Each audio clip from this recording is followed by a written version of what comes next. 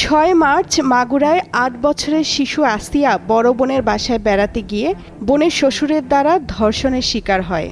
ঘটনার দিন বিষয়টি জানতে পেরে শিশুটির মাকে ফোন দিয়ে শিশুটির খোঁজ খবর নেন ও সরকারের পক্ষ থেকে সর্বোচ্চ চিকিৎসা সেবা নিশ্চিতের আশ্বাস দেন স্বরাষ্ট্র উপদেষ্টা অবসরপ্রাপ্ত lieutenant general Jahangir Alam Chowdhury.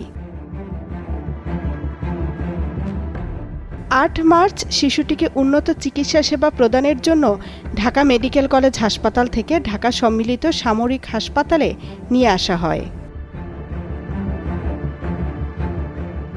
৯ March সকালে শিশুটিকে দেখতে ঢাকা সেনানিবাসের সম্মিলিত সামরিক হাসপাতালে যান স্বরাষ্ট্র উপদেষ্টা অবসরপ্রাপ্ত লেফটেন্যান্ট জেনারেল জাহাঙ্গীর আলম চৌধুরী। তিনি শিশুটির খোঁজখবর নেন ও সর্বোচ্চ চিকিৎসা সেবা নিশ্চিত করতে হাসপাতাল কর্তৃপক্ষকে নির্দেশ দেন। পরে স্বরাষ্ট্র উপদেষ্টা অবসরপ্রাপ্ত লেফটেন্যান্ট জেনারেল জাহাঙ্গীর আলম চৌধুরী সাংবাদিকদের জানান, মাগুরায় ৮ বছরের শিশুটিকে ধর্ষণ ও হত্যা চেষ্টা মামলায় মাগুরা সদর থানায় ৪ জনকে আসামি করে মামলা দায়ের করা হয়েছে এবং মামলার এজাহারভুক্ত ৪ আসামিকে পুলিশ গ্রেপ্তার করেছে। দোষীরা যেন কোনোভাবেই ছাড় না পায় এ বিষয়ে স্বরাষ্ট্র মন্ত্রণালয় সোচ্চার রয়েছে বলেও জানান তিনি।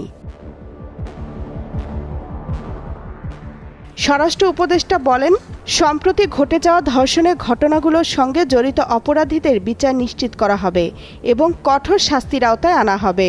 সঠিক প্যাড আর সঠিক তথ্য দিয়ে এসব সামলে নিব এক হয়ে। Monalisa sanitary napkin. নারীরা নির্ভয়ে নির্বিঘ্নে ঘরে বাইরে দায়িত্ব পালন করবে। এতে যারা তাদের বাধা দিতে আসবে, সহিংসতা করতে আসবে, তাদেরকে আইনের আওতায় নিয়ে আসা হবে।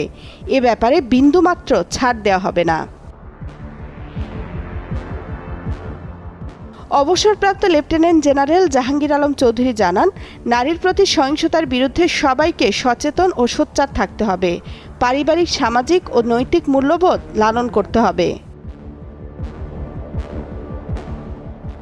আইনশৃঙ্খলা রক্ষাকারী বাহিনীকে নারী হয়রানি ও ধর্ষণের বিরুদ্ধে কঠোর অবস্থান নেওয়ার নির্দেশনা দিয়েছেন জানিয়ে স্বরাষ্ট্র উপদেষ্টা বলেন, এ যাবৎ নারীর প্রতি যত সহিংসতা হয়েছে সেগুলোর তালিকা করে দ্রুত তদন্ত সম্পন্নপূর্বক আদালতে প্রতিবেদন দাখিলের নির্দেশনা দেওয়া হয়েছে।